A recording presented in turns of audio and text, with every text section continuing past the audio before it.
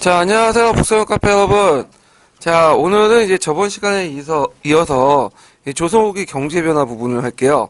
이 조선후기의 경제 부분은 시험에 자주 출제되는 부분이거든요.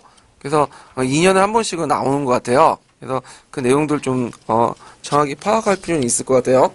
자, 그러면 그 교재 89페이지 펴보세요. 자, 여기 보면 이제 1번 문제 볼게요. 그 양난 직후에 조선에서 개간과 양전이 적극적으로 추진되어 토지 면적이 크게 늘어났는데, 그럼에도 불구하고 국가의 전세 수입이 별로 늘어나지 않았던 근본적인 원인이 무엇인가? 예, 이런 문제거든요. 자, 여기서 양전이라는 것은 토지 조사 사업이죠. 예. 자, 그러면 이제 여기에서 보면 이제 면세가 되는 농토가 많았다. 이렇게 답을 쓰시면 돼요. 예. 그러니까 면세지나 그 다음에 항모지에 해당하는 진앙지가 많았다. 그래서 원장부 결수는 늘어난데도 불구하고 실제 그 토지 결수는 수세 결수는 그대로야. 예. 그래서 이런 것들이 이제 그 문제가 됐고요. 그래서 이 관련된 문제가 뒤에 또 주관식에서 문제가 나와요. 자, 그 다음에 이제 2번을 볼게요. 자, 2번 보면 이제 18세기에서 19세기 조선사에 일어난 변화는 이렇게 있는데, 자, 여기 보면 이제 그 이항법하고 경종법이 보급되기 시작했다. 요거 맞는 것 같지만 틀리죠? 자, 이항법과 경종법 같은 경우에는 이전부터 있었어요. 예. 그래서 이항법 같은 경우에는 교과서에 보면 고려 후기 때부터 이미 도입됐다고 돼 있죠. 예. 근데 이제 널리 확산되기 시작한 것은 조선 후기 때다. 그래서 이항법이 이제 널리 확산된 건 여러분도 알다시피 저수지 같은 수지시설 같은 것들이 이제 많이 만들어졌기 때문에 가능한 거죠. 자, 그 다음에 서민지주와 경영분홍이 출현됐다. 맞죠? 예. 여기서 이제 서민지주라는 것은 이제 그 지주긴 지주인데 출신이 일반 평민들이고, 그 다음에 경영분홍 같은 경우에는 자신이 자기 토지도 있으면서 남의 토지를 또 빌려가지고 경작도 하고 그 수익을 얻는 구조가 수익 구조가 지대가 아니라 어떤 이제 상품 작물 같은 걸 재배해가지고 수익을 극대화시키는 방법의 경영 형태를 그 분홍이라고 하거든요. 근데 예전에 경영 분홍이 자주 나오기는 했는데 최근에는 뭐 교과서나 그런 데서는 안 보여요. 왜냐면 학계에서 아직까지는 경영 분홍의 존재에 대해서 좀 약간 비판이 많거든요. 자, 그 다음에 이제 2번이 맞죠? 그 다음에 임노동자들이 급속하게 소장농 성장했다. 이건 바뀌죠. 소장농이 임노동자도 전락했다. 이게 맞아요. 왜냐하면 그 당시에는 이제 토지 양극화, 토지 소유 양극화도 벌어졌지만 토지의 경작이 양극화, 경작권도 양극화됐어요. 그래서 이제 그 지주들도 모든 사람들이 똑같이 경작권 소작을 준 게 아니라 좀 똘똘하고 일 잘하는 애들한테 그 뭐냐면 그 토지의 경작권, 그러니까 소작을 주죠. 그건 뭐냐면 이제 그 당시에는 그 생산력이 발전되면서 그다음 토지의 어떤 그 경영에서 강작이 확산됐기 때문에 모든 사람들에게 똑같이 땅을 나눠줘서 경작을 하는 것보다는 한 사람에게 토지에 집중적으로 경작권을 줘가지고 그 사람부터 이제 지대를 받는 것이 훨씬 더 관리 측면에서도 효율적이고 생산 측면에서 효율적이기 때문에 그런 거죠. 자, 그 다음에 이제 부용노동과 그 암락위천에 의한 농업경영이 확대되었다. 자, 부용노동과 암락위천이라는 것은 뭐냐? 자, 이거는 이제 그 부역이라는 것은 이제 강제로 노동을 하는 건데 지대를 생산물로 받는 게 아니라 뭐냐? 일정하게 그 지주의 그 직영지에 가서 일을 하는 형태야. 그다음 암락위천이라는 건 여러분도 알다시피요. 양이나 악박해서 천민이나 예속민으로 만드는 거죠. 자, 이런 그 지주전호제 그 형태는 그 이제 16세기 전까지 이제 그 확대됐던 작계제 있죠. 작계제 같은 그 농장 경영 형태야. 예. 그래서 이 작계제에서는 주로 이 농장 경영을 그 소작을 누구한테 주냐면 자기의 예속민들, 그 다음에 또 노비들한테 주죠. 외고 노비들한테. 그래서 이제 작계지라는 것은 이제 그 뭐냐면 영주 직영지가 있고, 그 다음에 작계지가 있고, 사경지가 있죠? 예. 그래서 이제 영주 직영지에서 보통 일주일에 한 2, 3일 일하고, 그 다음에 작계지에서 일을 하면 그 중에 2분의 1은 받고, 그냥 사경지 같은 경우에는 자기가 다 먹는 그런 형태의 농장 형태가 작계지 형태인데, 이 작계지 형태는 16세기 중반까지 그 전형적인 농장 형태였고, 우리나라의 지주전호주의 대표적인 경우였죠. 그러다 보니까 16세기 중반에는 작계지가 확대되면서 그 노비의 인구가 전 인구의 40% 정도 달할 만큼 상당히 많았다. 근데 이제 16세기 후반에 들어가면 그냥 작계지 형태가 어떻게 돼요? 붕괴되죠. 그 대신에 이제 우리가 알고 있는 타조법이 일반화되기 시작해요. 그리고 농장 경영 형태도 작계제 대신에 직영제, 그러니까 그 부재지주가 이제 작계제 형태가 아니라 여기 항토지주가 가가지고 농민 그 노비들을 솔고 노비를 동원해갖고 하는 직영지 형태가 확대돼 나갔다. 이렇게 좀 기억을 해두시면 돼요. 그래서 이거는 이제 18세기, 19세기 때 얘기가 아니라 16세기 중반 때까지의 그 농장 경영 형태다. 이렇게 이제 보시면 되고요. 자, 그다음 뒤에 넘어가서 거기에 보면 이제 265페이지에 보면 제가 작계제 관련된 내용이 있어요. 농장제 형태 그거 좀 기억을 해두시면 되고요. 거기 이제 작계제 외에도 또 직영지가 있어요. 여기는 농장지 형태에서 직영지가 표시는 안 돼 있지만 직영지가 존재하고 있다는 걸 좀 기억을 해두시면 돼요. 자, 3번 문제 볼게요. 자, 3번 문제는 이제 조선 후기 때 이제 전반적인 그 농업 그 상황들, 농촌 상황들 이제 얘기하는 건데요. 여러분들 이제 알다시피 조선 후기 때는 이항법과 경종법이 확대돼 나갔죠. 그러면서 뭐가 가능했죠? 광작, 1인당 생산 경작 능력이 그 확대되는 광작 경영 형태가 이제 확대되면서 토지 소유 양극화나 그 다음에 경작권의 양극화 이런 것들이 일어나고 그래서 이제 농촌사회에서 계층화 현상들이 이제 벌어지죠. 그래서 그때 이제 그 많은 농민들이 그 땅을 상실해요. 소작권을 이제 박탈당하고. 자, 그럼 이제 좀 내용을 보면요. 자, 전후에 개간 사업을 했죠. 네, 개간 사업. 그럼에도 불구하고 농민들이 소유주 잃거나 그 다음에 감축된 이유는 무엇인가? 그건 이제 이 개간 사업들이 실제 누가 주도해서 했냐면 그 왕신이나 간청, 양반들 주도해 갖고 했죠. 왜냐하면 개간을 하려면 그 노동력도 필요하고 그 다음에 뭐 소나 이런 것들이 필요하죠. 그래서 이런 것들 많이 갖고 있는 사람들이 되게 그 왕신이나 부잣집 양반들 이런 사람들 건세가들이 이제 많이 갖고 있기 때문에 그런 건데 그리고 거기에다가 그 이제 농업 생산력이 발달되면서 아까 얘기한 것처럼 토지 소유 양극화 그리고 토지 그 경작의 양극화 이런 것들이 벌어지면서 토지가 특정인들에게 집중되기 시작하죠. 그래서 거기에 소외되는 많은 사람들이 생기게 돼요. 이거는 뭐 오늘날도 그렇죠. 생산력이 발달하는 것은 모든 사람들이 다 좋은 건 아니에요. 네. 생산으로서 그 발달을 통해서 혜택받는 극소수가 있지만 대부분 뭐야? 일자리를 상실하는 거 그래가지고 뭐 어떻게 돼요?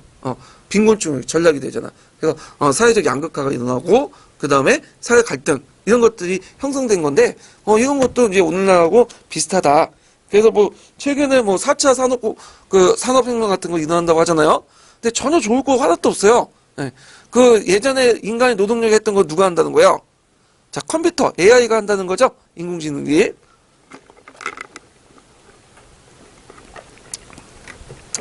그래서 나중에는 이제 중학교 교사들도 중등학교 교사들도 AI가 하면서 이제 우리는 임용시험 필요 없이 백수 건달로 이렇게 놀아야 되는데 하여튼 자 그러면 3-2번 문제 볼게요. 수전농법에서 파종법이 어떻게 개선됐냐 이렇게 있는데 여기에 수전농법이라는 것은 그 한전농법하고 다르죠. 한전농법은 맨 땅에 뭐예요?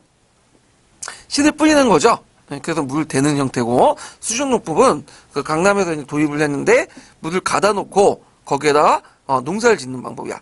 자, 그래서 수전농법은 두 가지가 있어요. 수전직파가 있고 수전이항이 있죠. 이항법. 수전직파라는 거는 말 그대로 그 물 가다 놓고 뭐죠? 그냥 씨를 뿌리는 방법이야.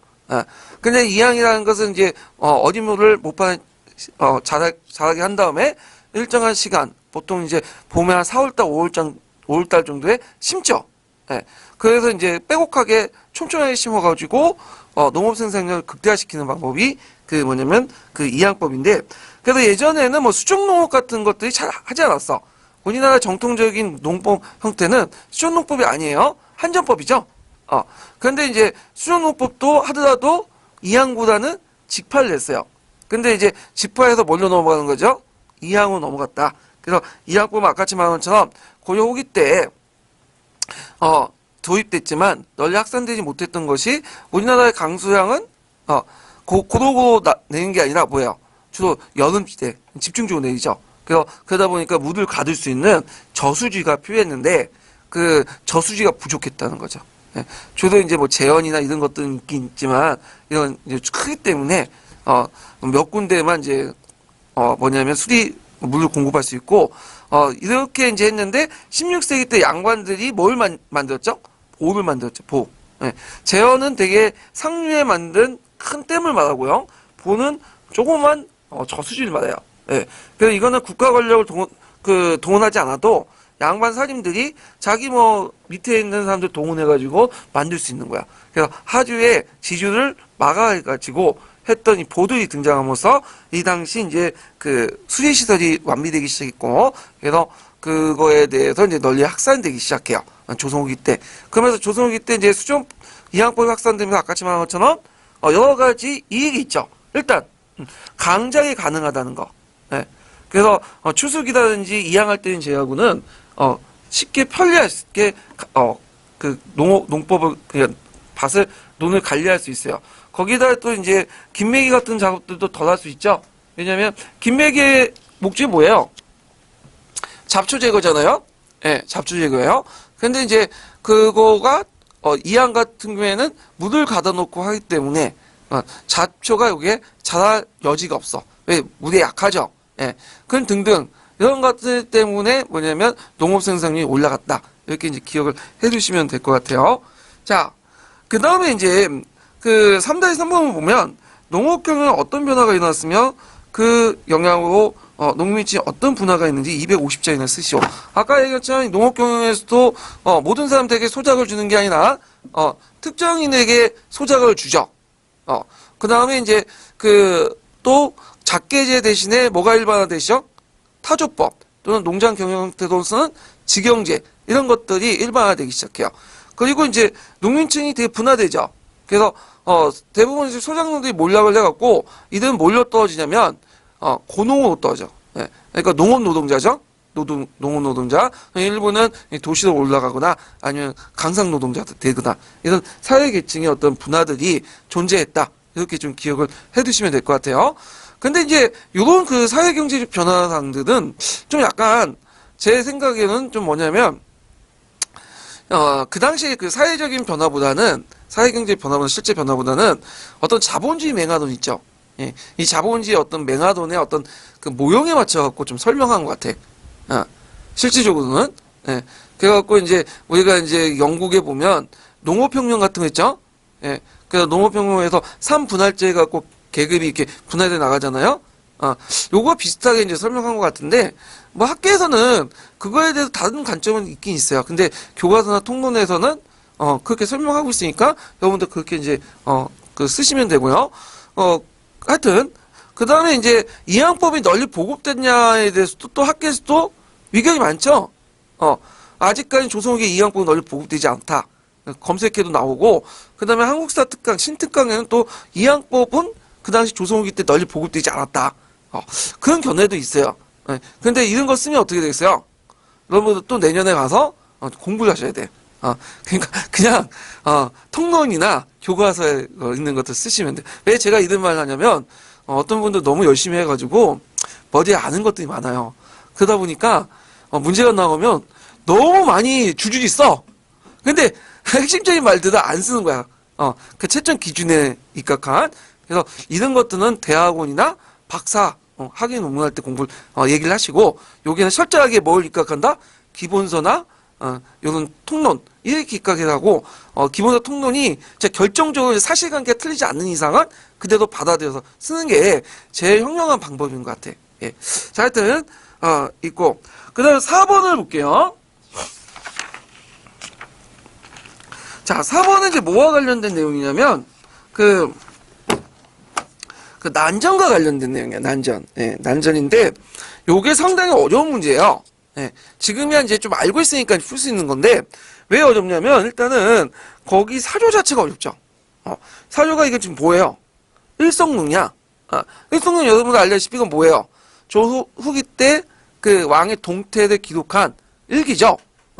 그래서 근데 일성론이나 조선왕조 실록 나오면 이건 딱 보고 해석할 수 있는 건 아니야. 아무리 한문이 능통하더라도 사전 펴놓고 보고 해석해야 돼. 왜냐면 그 일성론이나 조선왕조 실록을 정도 쓸 그 사람들은 조선왕조 시대 그 조선 시대 때 공부를 한 2, 30년 동안 했던 거야. 한문 공부만. 근데 그 사람들은 이제 그 실력을 따라갈 수는 없는 거죠. 아무리 열심히 해도. 예. 그리고 거기 여기 일성 또 이 자료의 문제점이 뭐냐면, 문제점보다는 좀 어려운 게 뭐냐면, 보통 이제 그 예전에 2년 전인가요? 그 이제 숙정실록 나왔죠. 그 누구죠? 갑자기 송시열. 예. 송시열 같은 경우는 단서가 있어. 그러니까 그거 다 해석하지 않아도 그 줄침 부분만 해석하면 아하 하면 알거든요. 예. 근데 이거는 단서도 없어요. 딱 보시면. 그래서 이거 문제 해석을, 그 한문 해석을, 그 당시에 이제 좀 어떤 분이, 어떤 강사분이 하셨는데, 그 강사분도, 좀 한문 좀 하는데, 상당히 이제 시간이 걸렸어. 한문 해석하는데. 예. 거기다 조선왕조 실록 같은 게 검색이 돼도 하죠. 근데 일성록은 지금, 해석판도 없어요. 예. 그래서 여러 가지 문제점이 있는데, 자, 하여튼, 요 내용을 이제 좀 보면, 우리는 이제 한문 실력이 딸리기 때문에, 옆에 뒤에 보면 이제 그 한문 해석이 있으니까 그걸 좀 보면서 얘기를 하죠. 그 주요 내용이 뭐냐면, 그 모자전이었던 그 상인이 강덕일이 이제 얘기를 하기에, 이 모자전이라는 그 시전 집단이 파는 그 물건이 있는데, 그 중에 이제 하나가 뭐냐면, 그 바늘이에요, 바늘. 바늘인데, 그걸 바늘을 원래가 자기가 자신이 독종으로 이렇게 팔 수 있는 권한이 있거든요. 그래서 금난조건을 가지고 있었는데, 그 당시 상전이라는 상인 집단이 있어요. 이것도 같은 시전 상인 집단이죠. 근데 이 사람들이 그 당시 이제 그 금난정권을 그러니까 시전 상인들 관리하는 그 당시 평시서 관리들과 짜가지고 뭐냐면 그 전환, 그러니까 이제 어떤 특정한 물품을 팔 수 있는 권한들을 적어놓은 그 장부가 있어요. 공문서가 있는데 그 공문서를 조작을 해가지고 그걸 뭐냐면 조작해서 자기 상전 상인도 팔 수 있도록 만들었다는 거예요. 예. 그래서 이제 요거에 대해서 이제 모자전 상인이 가나에 가가지고 고소한 내용이죠. 민원을 넣는 내용인데, 그럼 여기에서 이제 볼 수 있듯이 우리가 난전이라는 거 있죠. 그럼 난전에 대해서 좀 얘기할 필요가 있어요. 난전은 뭐예요? 난전은 그 조선 후기 때 그 이제 특정 상인들에게 금난 조건을 줬죠. 유기전이나 시전 상인들에게 정박. 그 대신에 여러 가지 이제 그 물품들을 이제 받고, 그리고 이제 중국에 필요한 물품들을 또 받아가지고 보내주고 이런 역할을 했는데, 그리고 이 독점권 얻고 막단 이득을 챙겼단 말이에요, 상인이. 근데 이 난전이라는 것이 이제 우리가 알기는 교과서상은 항상 뭐만 해? 시전 상인에 반대한, 유기전에 반대한 사상들만 생각하죠. 예. 근데 난전들도 사상 외에도 여러 유형이 있어요. 예. 심지어는 시전상인 안에서도 난전이 있는 거죠. 예. 왜냐면 자기 그 물건이 아닌데도 불구하고 다른 시전상인들의 물건을 몰래 파는 경우도 뭐가 되는 거예요? 난전이에요. 예. 그러니까 난전의 유형은 세 가지로 볼 수 있어요. 이게 국부셈에 나와 있는데, 첫 번째 유형은 뭐죠? 첫 번째 유형은 여기에서 볼 수 있듯이 같은 시전상인 집단 안에서도 난전이 존재한다. 이걸 얘기하고요. 두 번째는 교과서에 자료 나온 게 있죠? 사상. 경강상이나 이런 사상 집단도 난전이 될 수 있겠죠. 세 번째는 뭐가 되겠어요? 세 번째는 난전은 그 당시 수공업자들, 그러니까 직접 수공업자들이 자기가 물건을 직접 만들어갖고 그 당시 시전을 거치지 않고 자기 유통을 하고 판매하는 거야. 이들도 일종의 뭐가 되는 거예요? 난전이 되겠죠. 그래서 세 가지 유형이 있다. 그러면 여기에서 이제 분쟁의 주체나 이제 대립의 초점을 이제 간단히 서술하시오. 아마 이 문제는 한문 사조를 이제 이해를 해야지 이제 풀 수 있는데, 일단 모자전상인하고 그 상전상인의 그 다툼이죠. 그러면 뭘 가지고 지금 다툼을 하고 있는 거야? 침자. 여기 침자는 뭐죠? 바늘이죠. 바늘 침자니까.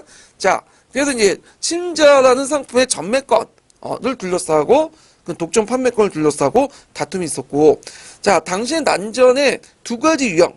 아까 아침에 세 가지 중에 이제 얘기했는데, 첫 번째 경우는 이제 그 외의 것을 얘기했으니까, 뭐와 뭘 써야 되겠어요? 사상, 그 다음에는, 수공업자들이 판매하는 거, 이런 것들 쓰셔야 되겠죠. 예. 자, 그 다음에 이제, 그 이 사건이 일어나온 신해년에 판매된 통공 판매에 대해 정책의 성과와 한글 쓰시오. 이거는 이제 7차 지도서에 있는 내용을 이제 쓰시면 되는데,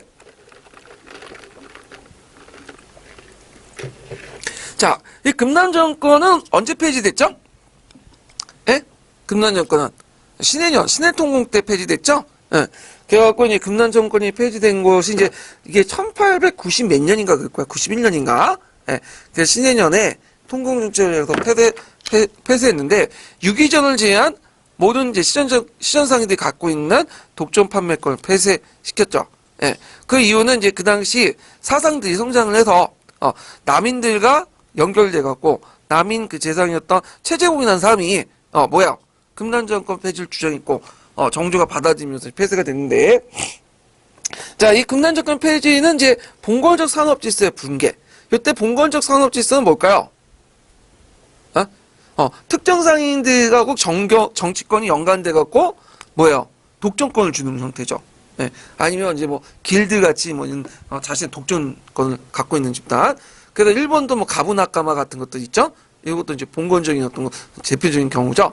마찬가지로 이제 길드나 그런 가부나카마나 이렇게 이제 같이 시전상인도 자연원지의 어떤 시장을 통해서 성장하는 게 아니라 동초권을 형태, 정경주택이나 이런 독점권 형태로 뭐냐면 봉건적인 어떤 그 산업구조를 만들어갖고, 자기 이득을 탈취했던 거죠. 그래서 이런 것들이 붕괴됐고, 그 다음에 이걸 통해서 이제, 자유경쟁이 형성되면서 상품화 경제가 촉진됐고, 농업생산이 증진됐다. 이런 것들을 쓰시면 되는데, 문제는 이게 원래 이제 그 면목상은 그 당시 금난정권을 폐지함으로써 그는 뭐냐면 물가를 잡고 서민 경제를 안정시키고 소상인을 보호한다고 했지만 실제 이게 됐어요? 안 됐죠. 왜? 새로운 또 독점권이 형성되죠. 이게 누구예요? 이들은 도구상, 사상 도구들죠. 이들은 이제 정경유착으로 까놓고 이제 금난정권처럼 이렇게 하진 않았지만, 뭐냐면, 그들이 갖고 있는 이제 유통망을 통해서 서울로 올라오는 모든 그 물자들을 통제를 하면서 독점만, 도구 통해서, 이익을 챙기죠. 예. 그래도 결국에는 19세기 들어가서는 어떻게 됐어요? 쌀폭통이 일어나.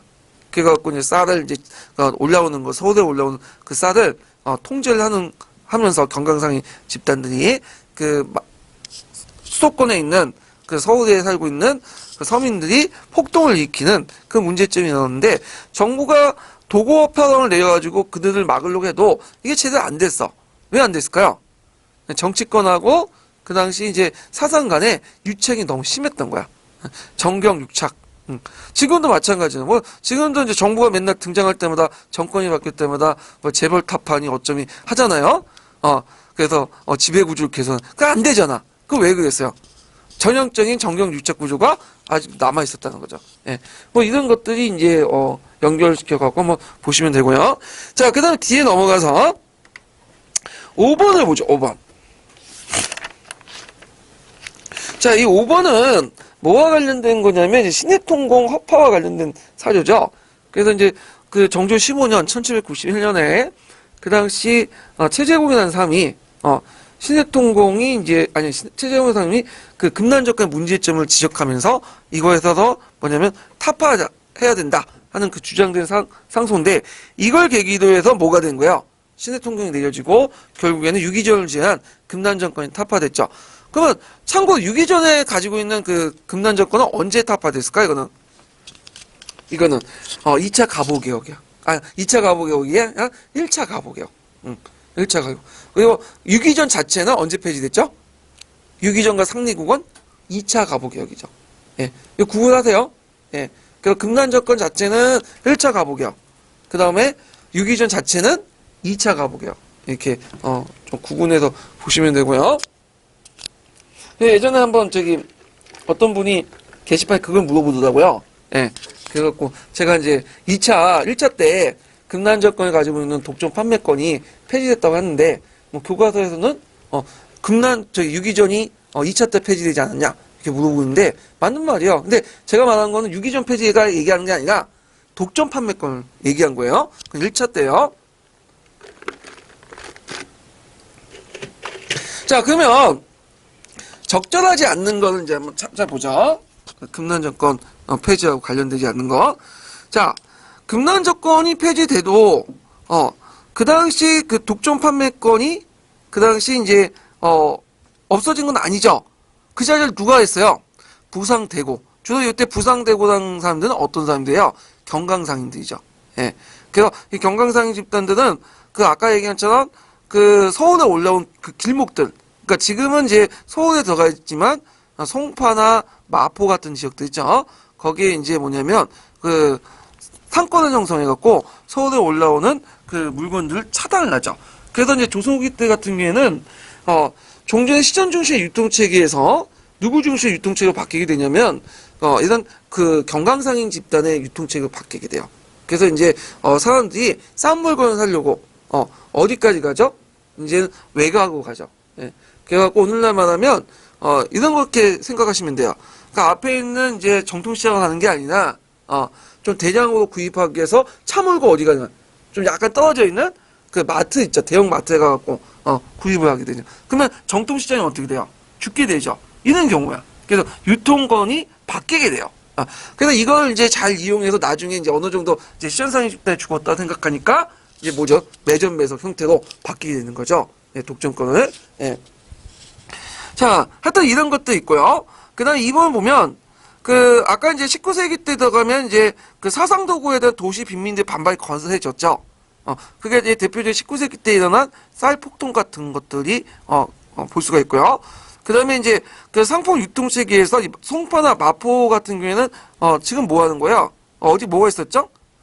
여기에 포구가 있었어. 포구의 주인은 누구냐면 여객이야, 여객. 그래서 여객을 이제 주인권이라고 하면 여객의 어떤 상품을 여객상으로서 이제 그 포구의 어떤 상품의 어떤 그 유통을 장악하는 권리를 갖고 있는 사람을 말하는데 이 사람들이 이제 뭐냐면 많은 부를 축적하니까 어떻게 됐어요? 이 여객 주인의 권리가 일종의 매매 대상이 돼요. 19세기 들어가면. 주로 이제 여객 주인의 권리는 누가 갖고 있었냐면 경강상인 집단들이 갖고 있었죠. 그래서 이제 나중에는 세도 정책에 들어가면 검문세가들이 이들을 뭐냐면 그 주인권 매입을 해가지고 막대한 이득을 챙겼다. 이렇게 이제 보시면 되고요. 자, 그 다음에 4번을 보면 자, 여기 보면 이제 간청과 결탁된 운부도구가 획파돼서 운부의 독점적 영업체가 붕괴됐다. 자, 아까 전에 독점권이라는 자체가 그 상인 집단만 있었던 게 아니라 시전상인 집단만 있었던 게 아니라 이런 이제 운송업 집단도 있었어요. 이게 운부도구는 뭐냐면 보통 포구나 이런 이제 그 내리는 상품들을 수송지, 판매지까지 운반을 해야 될 거 아니야. 아니면 정부가 원하는 창고까지 운반해야 될 거네요. 그때 그 운반하는 사람들이 그 만든 뭐냐면 집단이 있어. 그 도구 집단들이. 그래서 이 집단들만 뭐냐면 운반할 수 있는 권리가 주어져요. 예. 근데 이제 금난정권이 폐지할 당시에 이런 권리 또한 어때 운송자들이 갖고 있는 독점 어떤 그 운송권 또한 폐지가 됐어요. 예. 왜냐 그 명목은 뭐냐면 이제 그 외에 다른 그 운송 집단들이 형성돼서 우리도 거의 권리 달라요. 그래갖고 이제 폐지됐는데 이게 독점권이 폐지됐다도 그게 뭐냐면 완전하게 폐지된 게 아니죠. 자유경쟁이 넘어가는 게 아니죠. 왜? 운부도군 폐지해도 또 제3의 세력들이 또 등장해가지고 또 간청하고 연결돼갖고 뭐냐면 독점권을 또 얻는. 그래도 완전하게 독점권이 무너진 건 아니에요. 이런 것들 좀 기억을 해두시면 되고요. 그 다음에 5번 같은 게 뭐냐면 수공업자들 자신들이 생산한 물건에 대해 독자적인 판매망을 구축해서 자유롭게 매매할 수 있게 되었다. 자, 이게 이제 5번이 틀려요. 그거는 이제 왜 그러냐 하면 원래 이제 그 교과서에 보면 조선 후기 때 그 특징 중에 하나가 직접 수공업자들 일부가 그 독자적인 판매망을 구축했다라는 말이 나오죠. 그래서 산업자본까지 형성되지 않았죠. 직접 생산자들이 뭐냐면 그 독자적인 판매망을 구축했다 그런 내용이 있어요. 근데 이제 이거는 언제까지 얘기냐면 신해통공 이전까지 얘기야. 근데 신해통공 이후에는 사상들이 이 수공업자들 장악을 해봐요. 완전하게. 이 독립수공업자들. 그러면서 이들을 이제 그 장악함으로써 실제로 이들이 몰락을 하게 돼요. 그래서 이들은 이제 판매하지 않고 생산만 하고 판매는 누가 하죠? 사상 집단들이 하는 거야. 그래서 사상 집단 입장에 볼 때는 안전적인 뭐냐면 물품의 어떤 그 공급을 받을 수 있고 그다음 자기 경쟁자도 없앨 수 있죠. 예. 그래서 이제 이게 5번이다. 예, 이렇게 좀 기억을 해두시면 돼요. 근데 교과서에서는 어디까지만 적혀 있냐면 그 조선 후기 때 직접 수공업자들이 그 물품을 판매했다. 이런 내용도 있고 그 다음에 또 어떤 교과서 리베르 교과서에 보면 잘 살펴보면 이런 게 있어. 신해통공 이후에 직접 수공업자들이 등장해서 물건을 자유롭게 판매했다. 그 내용이 있는데 요건 틀린 거예요. 예, 틀린 거. 예, 요거는 5번이에요, 답이. 예, 5번. 그래갖고 요거는 어디에 있냐면 9편에 있는 내용이에요. 9편에. 이거 좀 문제가 어려운 거예요. 예, 10년도 문제죠? 예, 10년도 문제는 거의 그 한 반 이상을 9편에서 낸 것 같아. 보니까. 예, 그래서 상당히 문제가 어려운 내용이다. 그 어떤 부분은 어떤 사람은 이렇게 이제 해석해. 그 다원 권위에 받아들인 시행된 정책과 관련된 설명으로 적절하지 않는 것 이렇게 했는데 적절 관련이 없는 걸로 이렇게 해석돼요. 예, 이렇게 해석해갖고 요거는 이제 그 상인 집단과 관련돼 있기 때문에 5번은 수공업 아니냐. 그 사실은 맞는데 그 상인하고 관련돼 있기 때문에 틀렸다 이런 식의 얘기를 하거든요. 그럼 그런 식으로 따지면 4번도 관련이 없죠. 4번도. 그러니까 요거 적절하지 않는다는 건 관련이 없는 내용이 아니라 그 결과에 대해서 얘기한 거야. 신해통공을 하고 나서 그 결과 있죠. 전후 결과. 그거에 대해서 얘기하는 거지. 뭐 이거와 그 상인 뭐 신해통공과 관련돼서 상인 집단만 한정돼갖고 그 관련된 문제들이 아닌 것은 이런 식의 해석하면 안 돼요. 그런 식으로 따지면 5번뿐만 아니라 4번도 오답이 돼야지. 예. 이건 뭐냐면 결과가 근데 사실 맞지 않는 것들 이걸 물어보는 거예요 지금. 예. 자, 그래서 이런 것도 좀 기억을 해두시면 되고요. 자, 6번을 이제 보면. 자, 6번을 보면 이제 이것도 이제 도구와 관련된 건데, 자, 그 도구라는 건 뭐죠? 일단 도구는 매점 매석을 통해 이익을 극대화시키는 형태죠. 그래서 우리가 이제 도구하면 뭐 사상 도구만 생각하지만 실제로는 간상 도구도 있어요. 이거 도구라는 자체가 어디에서 처음 나온 거예요? 공인 집단에 나왔죠.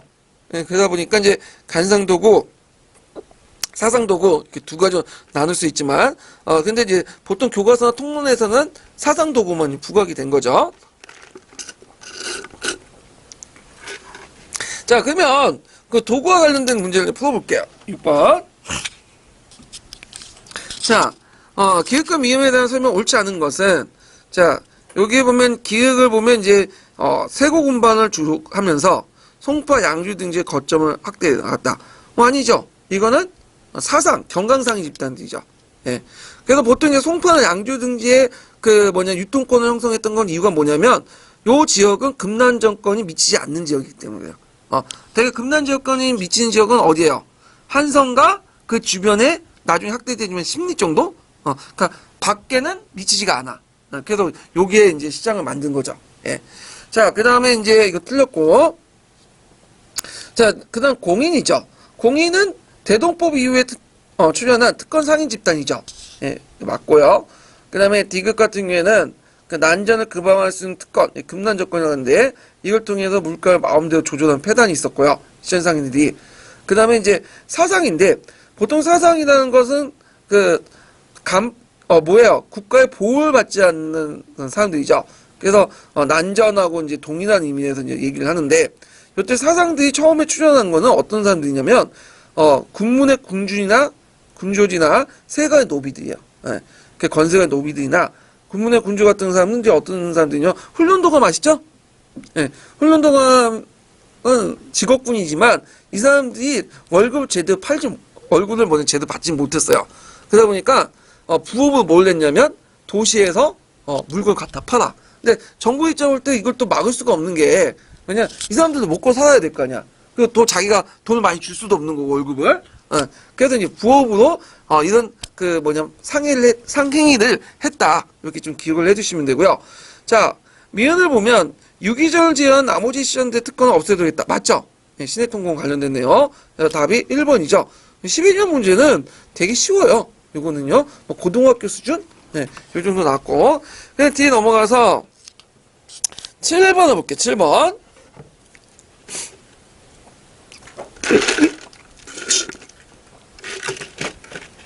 7번은 뭐 한문 해석하지 않아도 그 밑에 이제 연안집에 있는 허생전 나오면 딱 떠오르죠? 예, 여러분들 문학 시간에 배웠듯이 허생은 뭐 하는 사람이에요? 남산에 살고 있는 가난한 선비지만 마누라가 바가지를 긁는 바람에 나와가지고 거의 변부자에 가갖고 번성호에 가갖고 막대한 돈을 만냥을 빌려가지고 안성에 가갖고 서울로 올라오는 물자들을 대규모 사들여가지고 매점 매석을 통해서 이익을 창출한 큰 사람이잖아. 그러니까 이거 나오면 딱 거의 대부분 뭐와 관련된 거야? 도고상인. 요거와 연결시켜서 보시면 되는데, 자, 그러면 다음은 조선후기 때 상업계의 변화를 엿볼 수 있는 자료다.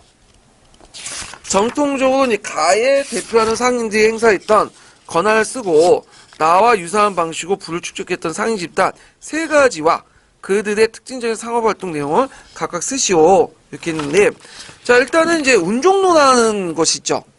허생이 이제 나와서 운종로 이제 갔는데, 이 운종로라는 곳은 어딜까요? 지금의 종로죠, 종로. 종로 보이시죠? 예. 그래서 여기까지 오는데 좀 지하철 타면 이제 제가 뭐 종로, 상가, 오가까지 이렇게 했는데 여기가 운종로야. 예. 그래서 여기에는 이제 시전상인들이 모여가지고 장사를 했던 거죠. 그래서 이제 그 정부에서 행랑채를 만들어가지고 임대를 시켜주고 입주시켜주고 대신에 세금을 받는 그런 곳인데, 자, 그럼 이 시전상인들의 집단에 이제 행사했던 권한을 무슨 정권이다? 금난정권. 난전을 금할 수 있는 권리를 금난정권이에요. 그래서 금난정권을 이제 행사해갖고 그 자기가 허가받지 않는 물건들 갖다 팔 경우에는 그들을 잡아가지고 어디까지 간에 데리고 오는 강제로 그런 권한까지 가지고 있어요. 얘네들이요. 예. 자, 원래 금난정권의 이런 것들은 정부가 해야 돼요. 원래 단속을 하고 그 다음에 태형을 가하고 그런 것들인데 이 단속을 하는 것까지는 누가 했다? 시천상인들이 한 거야. 원래는 못하게 돼 있지만. 자, 하여튼 이게 있고, 그 다음 나 같은 경우에는 자, 허생이 와가지고 그 아까 얘기한 저 안성에 가서 이렇게 매점 매석을 통해서 그 불을 축적했어요. 이걸 이제 도고상인 집단이라는데, 자, 요때 도고상인 집단한테 너무 많아. 왜냐면 도고라는 것은 특정 상인 집단만 얘기하는 게 아니죠. 이런 매점 매석을 통해서 이익을 창출한 집단은 다 뭐냐면 도고상인이에요. 예. 그 범위가 너무 넓은데 이제 허생은 이제 사상이에요, 간상이에요. 일단 사상이죠. 그러니까 사상 도구에 한정돼 갖고 세 가지 쓰시면 돼요. 예. 그러니까 뭐 경강상인도 될 수 있고, 그 다음에 객주와 여각도 될 수 있고, 개성상인도 될 수 있고, 만상도 될 수 있고, 시전상인도 될 수 있고, 공인도 있는데 제가 여러 가지 있지만 일단은 사상 도구에 한정돼 갖고 답을 쓰시면 제일 정확할 것 같아요. 물론 간상 도구 써도 돼요. 예. 근데 사상 도구 쓰면 좀 더 많을 것 같고, 그러니까 이거는 물어보는 게 상인 집단의 그냥 특징을 물어보는 것 같아. 예. 도구보다는. 예. 그래서 이제 여러 집단들이 존재하고 있다. 이렇게 좀 기억을 해두시면 되고, 건강상인 집단 같은 건 좀 기억을 해두세요. 이들은 정부의 세국이나 양반 지지 추진의 소장로를 운반하는 과정에서 종사해서 포구와 포구 연결되면서 막대한 이득을 챙겼던 상인 집단들이죠. 그래서 이제 한국사 능력검증 시험이나 이런 데 수능에 주로 사상 나오면 거의 10중 8구는 누구와 관련된 내용이 나오냐면 경강상인 집단들과 관련된 내용이 나요. 예. 그 다음에 이제 만상은 주로 무슨 무역과 관련돼 있죠? 대청무역. 예. 그다음 송상 같은 경우에는 개성상인들이죠. 예. 그래서 이제 전국에 송방을 소치하고 포목이나 인삼을 판매하는 그런 사람들. 그래서 보통 전우치나 항징이나 이런 것들, 한석봉 그런 사람들 다 어떤 사람들이야? 개성 사람들이잖아. 그 사람들이 많이 부각될 수 있었던 것이 뭐냐면 이 송상들이 전국 각지에 송방을 설치해놓고 많은 사람들에게 자기 고향의 얘기들을 해줬기 때문에 물건 팔려면 그냥 물건만 파는 게 아니죠. 축제도 하고 뭐냐면 이빨도 까고 그래야지만 물건이 팔리잖아. 그런 거와 연관시켜서 좀 보시면 되고, 자, 하여튼 이런 것들 이제 좀 보시면 돼요. 도고상인 집단. 자, 8번 문제 볼게요. 자, 8번 문제를 이제 보는데 이 문제는 원래는 이제 역사과 문제는 아니에요. 지리과 문제인데 역사과와 연관시켜서 나온 거야. 그러니까 이제 그 연도에 보면 99년도 문제인데 그때 통합사회 문제도 난 거예요. 예. 그래서 이제 이건 뭐와 관련된 거냐면 강경이라는 곳이 있어요. 강경. 강경은 예전에 이제 조선시대 때 유명 포구가 있었던 지역이거든요. 예.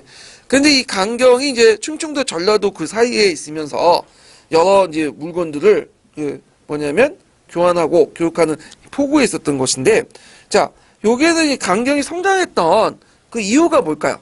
일단 우리는 뭐 그냥 그 지리적 조건 쓰는데 요건 우리가 지리적 조건까지 알 필요 없겠죠. 예.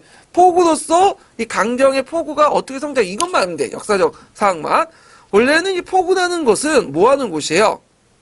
그 주변에 뭐가 있냐면 조창이 있어요. 조창. 예. 그러니까 조창은 그 지역에 있는 여러 가지 그 쇠고기라든지 그다음 대동미 이런 것들 보관하는 장소들이죠. 그걸 어디도 옮겨요? 경창을 옮기잖아요. 예. 그래서 여기 부근에 강원창이 있는데 강원창 보이시죠? 그 역 그게 경창 쪽의 대표적인 건데 요 부분에 이제 처음에 조선 초기 때 쇠고기의 중심 지역가 있어. 조창이 있기 때문에. 근데 그 쇠고기 있다 보니까 그 부분에 이제 또 상인들이 모여들기 시작하고 그러다 보니까 여기 중심으로 해서 뭐가 형성됐냐면 큰 시장이 형성돼요. 예. 그래서 이렇게 이제 형성된 시장을 이제 포구 사업이라고 하죠. 예. 이 포구 시장이 형성되면서 그때 이제 그 활동했던 여객이라든지 여각이라든지 객주라든지 이런 상인집단들이 형성되고 그런 것들인데, 자, 근데 강경이 쇠퇴됐어. 나중에 일제시대 들어가면. 강경이 왜 쇠퇴됐을까요? 일단, 철도망이 형성됐죠. 철도망. 예. 그 대표적인 게 이제 강경 부근에 군산이라는 곳이 있어요. 군산. 예. 그래서 이 군산에 항구가 크게 만들어지고 그 군산이 또 이제 호남선과 연결되면서 어때? 강경이 조그만 이제 뭐냐면 시장을 전략을 하게 돼요. 예. 그래서 군산이 중요한 요충지 이제 부각이 딱. 예. 군산을 왜 그 일본 애들이 만들었을까요? 크게 만들고 철도를 놨을까요? 호남 지역의 쌀을 수탈을 극대화시키게 한 거죠. 예. 이런 것들과 이제 연결시켜서 이제 보시면 될 것 같아요. 그 철도가 놓여지면서 일제시대 철도가 놓여지면서 성장한 도시들이 되게 많아요. 예. 대표적인 게 대전 같은 도시도 있죠. 원래 대전은 이제 그 지역의 그 조그만 동네였는데 한밭이라고. 원래는 어디가 중심이었어요? 공주가 중심이었죠. 예. 공주부에 속했던 곳인데 이게 대전이 이제 커져가지고 공주를 능가하게 되고 그 다음에 대구 있죠. 예. 대구도 물론 예전에도 이제 전략 그 경상 감영이 있을 정도로 큰 도시지만 이 철도가 놓여지면서 더 전국적인 도시도 형성이 됐고요. 예. 그 다음에 이제 의주라는 거 아시죠? 의주. 네. 원래 의주하고 있고 그 의주에 신시가지 역할 신의주가 있는데 원래 의주가 중심지였잖아요. 근데 신의주가 나중에 커지게 돼요. 왜냐면 백두산 있죠. 백두산 목재 많잖아요. 거기 개마공원 때 목재는데 목재를 어떤 식으로 운반하냐면 그 압록강 있죠. 압록강을 내려보내요. 내려보내면 이게 마지막에 의주를 거쳐가고 그 밑바닥 신의주거든. 그러니까 신의주에서 다 닦아챈 다음에 거기에 가공해갖고 기차로 뭐죠? 경의선을 통해서 경부선을 통해서 일본으로 보내죠. 아니면 중국을 수출하든지. 그러다 보니까 이제 의주보다는 신의주가 부각이 되잖아요. 그래서 어떤 도로망이나 철도망이 형성되면서 이렇게 주요 도시들이 어떻게 돼요? 바뀌는 그런 현상들이 그 일제시대 때 좀 많았어요. 예. 그래서 이제 이런 것들 좀 기억을 해두시면 되고, 자, 그 다음에 이제 뒤에 넘어가서 9번을 볼게요. 9번. 자, 9번은 이제 뭐가 관련된 내용이냐면 전환과 관련된 내용. 전환. 이제 위에 그는 이익이 쓴 가구력의 그 전론과 관련된 내용인데, 그냥 상품화폐 경제가 발달되면서 화폐 유통에 대해서 시탁자들이 그 여러 가지 의견들을 냈는데, 중농주의 학자였던 이익은 그 돈은 좀 필요하지만 돈이 널리 확산되면서 오히려 부작용이 많다. 왜냐하면 농촌 경제가 파탄을 일으킨다. 그래서 그 뭘 주장했냐면 패전론을 주장했죠. 그러니까 돈 자체를 뭐냐면 없애자. 그런 논리를 이제 피기 시작했는데, 자, 그래서 이 사람이 사용할 경우 문제점이 뭐냐? 산업을 통해 이익만 친하고 농사를 기피한다. 그러니까 말업인 상업만 중시욕이고 근본인 농업은 기피한다는 거죠. 자, 사용되지 않을 경우에 문제점은 또 뭐냐면 그 물자 유통이 제대로 되지 않는다. 그러니까 이 사람도 그 화폐의 어떤 장단점을 알고 있어요. 그런데 화폐의 장단점 알고 있지만 화폐 유통물 반대죠. 왜? 단점보다 장점보다도 단점이 더 크기 때문에 그런 거죠. 예. 그래갖고 이제 이런 경제 형상, 돈이 돌지 않아갖고 여러 가지 이제 불편한 형상들을 뭐라고 하냐면 전황이라고요. 그거 아시죠? 예. 전황은 왜 일어났을까 일단 전황. 전황은 오늘날 말하면 인플레이션이에요, 디플레이션이야 일단. 전황이란 건 디플레이션이죠. 디플레이션. 그러니까 물가가 상승하는 게 아니라 물가가 하락하는 거야. 그러니까 물자의 유통량과 뭐냐면 화폐 유통량 중에 어느 게 더 많은 거죠? 물자의 유통량이 많은 거죠. 물가가 그래서 하락하는 거예요. 물건의 가치가 떨어지는 형상을 보통 전황, 디플레이션인데 이 전황은 그 조선후기 때만 일어난 건 아니에요. 그 역사적으로 볼 때도 그 송나라 때 동전이 해외로 유출됐죠. 그러면서 동전 부족 현상이 일어나잖아. 이것도 전황이고. 그 다음에 메가다 화폐 기억 있죠? 메가다 화폐 기억 때, 그 당시 이제 그 제 은행권과 교환하는 과정에서 백동화 많이 폐기되잖아. 교환도 제대로 안 되고. 그러면서 통화장이 뭐야? 갑자기 축소되죠. 그래서 전황이 또 일어나고. 그리고 우리가 알고 있는 이제 뭐냐면, 경제공황도 있죠? 1929년에 일어난 인플레이션은 아니죠? 이거는 전황이 나서 돈이 돌지 않기 때문에 일어난 거고. 그래서 박정희가 이제 통화개혁할 때도 그때 잠시 일어나고. 그 다음에 뭐 잃어버린 세월 해갖고 이제 일본에서 10년 동안 90년대부터 해갖고 00년까지 2000년대까지 물가가 되고 하락을 해갖고 디플레이션이 일어났잖아. 이것도 전황이에요. 그래서 전황은 그 뭐냐면 인플레이션보다 더 무서워요. 이거는. 그러니까 우리가 사람도 마찬가지지만 살이 찌는 것보다는 살이 갑자기 빠지는 게 더 문제죠. 왜 문제겠어요? 병이 있기 때문에 지병이 암이나 살이 찐다는 거는 건강하다는 뜻이야. 물론 너무 많이 찌면 문제가 있지만 근데 너무 빠지면 뭐냐면 안전히 이거는 목숨까지 위험하다는 뜻이죠. 예. 자 이거는 비슷한데 제가 이걸 얘기하는 게 아니라 그럼 전황은 왜 생겼냐? 그 당시 조선후기 때 들어오면서 이제 상품화폐 경제가 되는데 그 당시에는 지금처럼 지폐를 사용했던 게 아니에요. 뭘 사용했죠? 식량화폐를 사용했죠. 식량화폐는 뭐냐면 그 자체가 가치를 가지고 있는 거예요. 예. 그러니까 금이나 은이나 동인데 인류 역사상 주로 이제 은을 많이 사용해요. 은을. 예. 자, 은을 사용하는데 문제는 이제 우리나라도 은이 있긴 있는데 이 은이 어디로 가요? 중국으로 가죠. 중국은 은값이 높으니까 그쪽 다 빠져나가. 그러니까 은은 사용하지 못하고 뭘 사용하겠어요? 동전, 상평통보 같은 것들 사용하잖아요. 예. 그래서 이제 동전인데 이제 그 동전들을 사용하면서 문제는 그 정부가 많이 찍어내지 않아. 상평통보를. 왜냐면 그 당시 정부는 뭘 하냐면 이제 두 가지 화폐를 사용하게 돼 있어. 공식적으로. 하나가 첫 번째는 물품 화폐였던 그 면포, 추포죠. 그거하고 또 동전도 있는데 특히 면포를 공식적인 화폐 인정이 있기 때문에 왜냐면 동전이 많이 돌면 검소한 생활을 못한다. 너무 상품화폐 경제가 발달된다. 그래갖고 면포를 많이 이제 이용을 했거든요. 그러다 보니까 총 공급량에서 면포를 이렇게 해놓으니까 예를 들어서 정부가 1000만 원 중에 공급량 총 통화량을 1000만 원 해놓고 500만 원을 면포하고 500만 원을 동전하면 500만 원치만 이렇게 동전 찍어내죠. 그럼 어떻게 문제냐? 돌지 않겠죠. 동전이 많이 공급이 안 되잖아요. 거기다가 동전을 만드는 구리가 부족해. 그래갖고 이 전황의 문제들이 있고 거기다가 이제 또 그 전황을 이제 동전을 받아갖고 퇴장을 하죠. 쌓아놔. 돈을 돌지 않으면 안 되죠. 근데 고관 대작들이나 간청에서 임시로 땅에 묻어놔요. 그래서 이런 여러 가지 문제점이 등장했다고요. 그래서 전황이 언제 해결됐냐면 19세기 초반에 해결됐어. 순조 때 그 당시 뭐냐면 동강산, 구리강산을 많이 개발해가지고 돈을 많이 찍어내고 그다음 물품화폐인 이런 면포를 통화장에서 제외시켰죠. 유일하게 이제 법정화폐를 뭘 인정해요? 상평통보만 인정함으로써 통화량을 늘리면서 이게 해결됐다.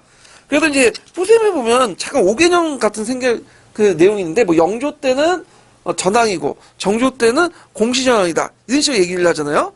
잘못된 개념. 공시전황은 전황이 아니에요. 그거는 그거는 뭐냐면 어떤 특정한 영역이나 특정한 집단에 뭐냐면 시전상의 집단에 뭐냐 자금력이 딸리는 현상이야. 이거는 그 우리가 생각한 전황의 일종이 아니라 다른 거야. 다른 개념이고 그 조선 후기 때부터 19세 초반까지 전황은 쭉 있었어요. 영조 때도 있었고 정조 때도 있었고 여러 지역도 있었어. 이게 언제 해결됐냐면 19세기 그 초중반 순조 때 들어와서 해결된 거야. 예.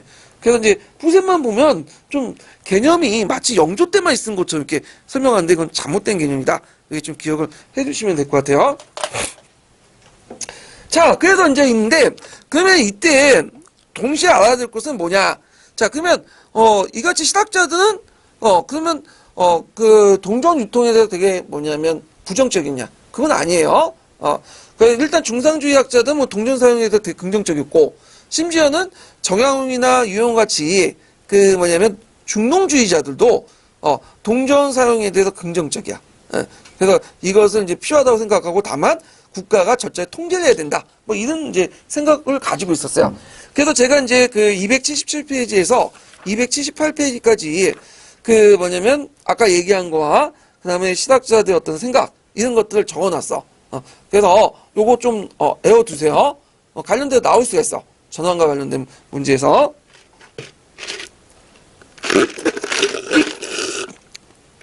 자, 그래서 이제 있고 10번 문제 볼게요. 10번 문제.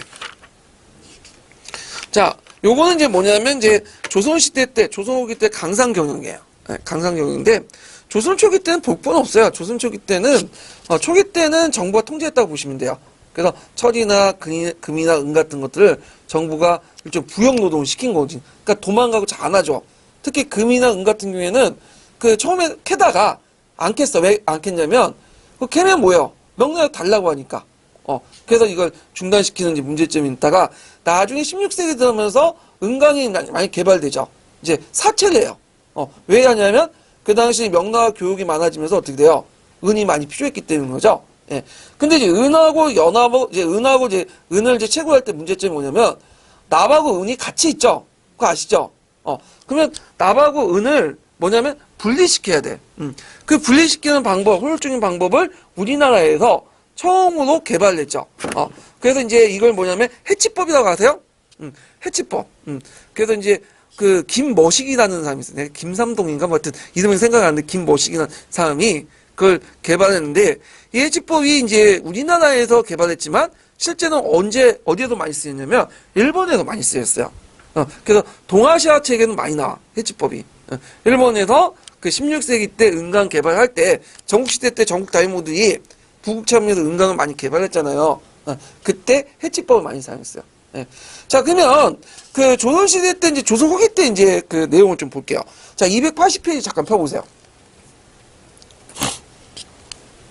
제가 이제 조선시대 강상경영을 정리를 해놨어요. 예. 그래서 이제 통론이나 교과서는 좀 띄엄띄엄 있어. 특히 조선 후기 때 내용이 잘 설명이 안 돼 있거든요. 이거 읽고는 좀 잘못된 오개념을 가질 수가 있어요. 그래서 제가 이거를 백과사전이라든지 이런 걸 통해서 다 찾아가지고 관련자를 찾아서 이제 이렇게 정리해놨거든요. 자, 그러면 이제 일단 16세기에 건너뛰고 17세기 뭐 뭐죠? 17세기 양난 직후에 제일 중요한 게 뭐야? 조총이죠. 하약을 만든 거잖아. 그러다 보니까 처음에는 이제 어떻게 했냐면 조총과 하약의 제조 책임을 각 고을에 위임을 했어요.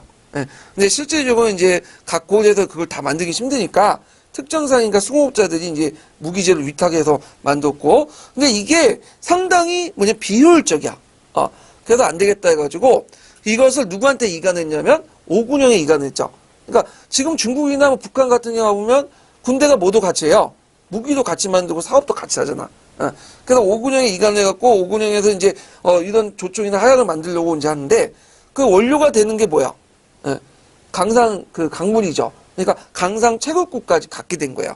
그래서 이제 은납 징수권, 강상 개발권 이런 걸 갖게 되고, 그래서 강간을 파견해갖고 이 사람들이 가가지고 이제 보고 개발을 하는 거야. 그래서 이제 강간제도를 실시를 했고요.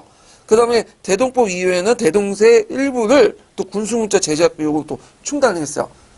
근데 이제 17세기 중반에 호종 때 들어가면서 뭐가 이제 실시됐냐면 설점 수세제가 실시돼요.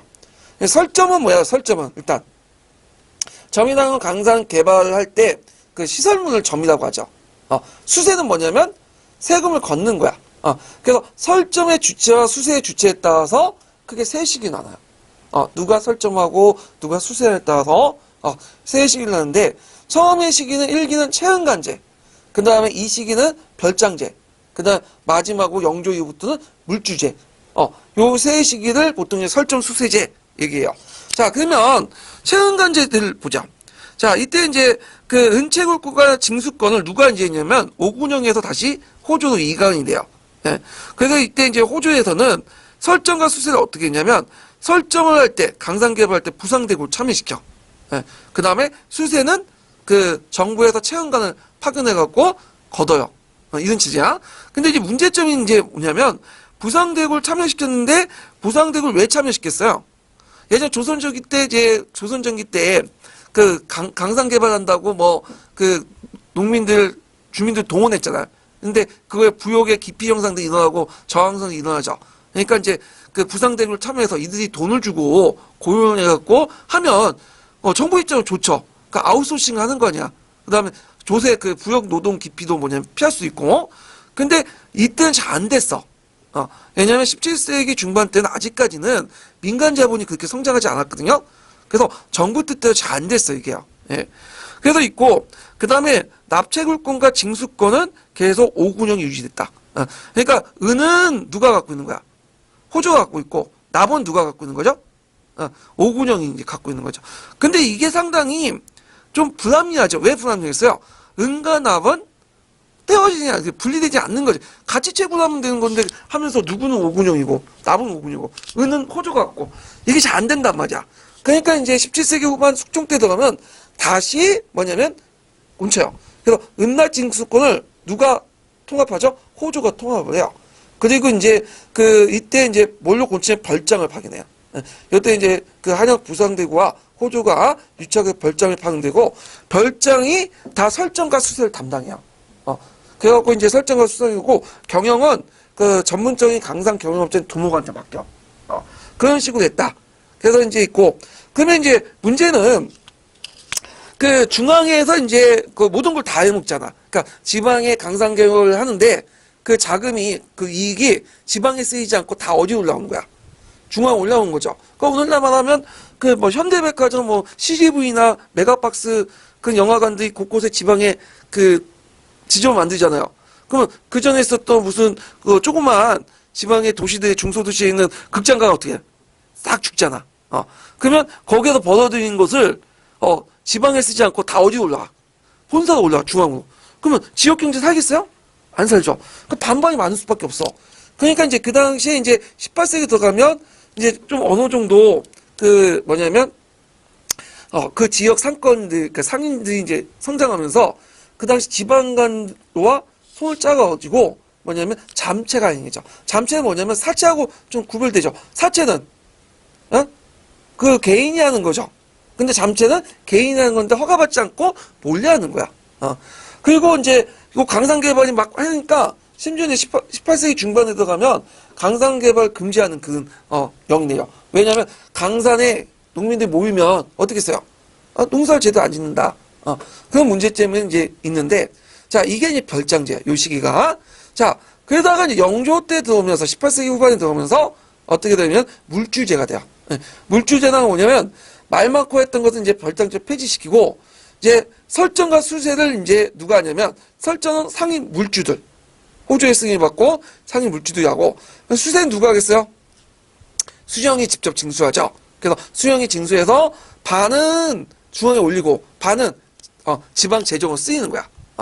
그래서 이제 설점 수세제를 이제 그러니까 물주를 실시했는데 되게 이제 물주는 물론 이제 설점은 물주는 하지만 실제 운영이나 이런 것들은 물주가 하는 거 아니죠. 물주는 뭐야? 돈만 되는 거고 여기 이제 강상개발이나 실제 운영은 누가 하냐면 덕대가 해요. 또는 용주라고 하는 그런 사람이 하고 또 그래서 이제 여기에서 이제 볼 수 있듯이 뭐와 뭐가 분리됐다? 자본과 경영이 분리되는 오늘날 제일 선진적인 시스템. 그리고 또 그 안에서도 강산 채굴 안에서도 협업하고 분업이 일어나죠. 그러니까 자본주의 경제 시스템이 강상경에 반영됐던 시기가 18세기 후반이에요. 예, 이걸 물주제다. 이렇게 보시면 돼요. 그래서 이것이 그 쭉 가다가 고종 때 폐지돼요. 그래서 설정수세제를 그 별장제까지만 이해하시는 분이 있어요. 그러니까 물주제는 설정수세가 아니고 별장제만 설정수세제를 이해하시는 분인데 그게 아니에요. 설정수세제는 그 호종 때부터 고종 때까지 쭉 가는 제도인데 그 안에서 약간의 변화가 있어요. 수세와 뭐 설정의 주체에 따라서 체흥간제, 별장제, 물주제 이런 세 시기로 나눠서 볼 수 있다. 이렇게 좀 기억을 해두시면 될 것 같아요. 그래서 교과서에 보면 이게 중구난방 시기적으로 이렇게 체계적으로 설명한 게 아니라 그냥 적어놨어. 그래서 교과서 통론 보면 이해가 잘 안 되는 부분 많아. 앞뒤가 안 맞는 부분. 어디에서는 뭐 그 상인들이 뭐 참여 안 했다는 내용이 있고 어디에서는 또 상인들이 참여했다는 내용도 있고 막 왔다 갔다 하는데 요 표를 보고 정리해 주시면 쉽게 이해되실 거예요. 자, 그러면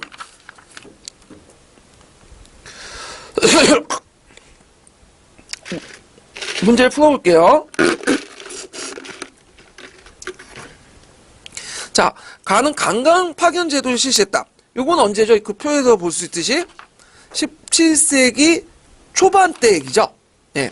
설전수세제 이전의 얘기고, 그 다음에 호종 때 이제 설전수세제를 실시했고, 호조가 각 군영에 관리하는 은강관리꾼을 흡수했다. 이건 두 번째 시기는 별장제 때죠. 예. 설전수세 별장제. 그 다음에 별장을 파견하는 제도를 폐지했다. 이건 언제 때요? 18세기 후반에 했던 물주제 때죠. 이해되시겠죠? 요 시기 맥락이. 자, 그러면 이제 문제 풀어볼게요. 1번. 자, 여기에 보면 적절하지 않는 걸 고르니까. 자, 가를 계기로 각 군영에 간할 강산에 강간을 파견하여 부용노동을 감독했다. 이렇게 있는데, 자, 요거는 맞죠?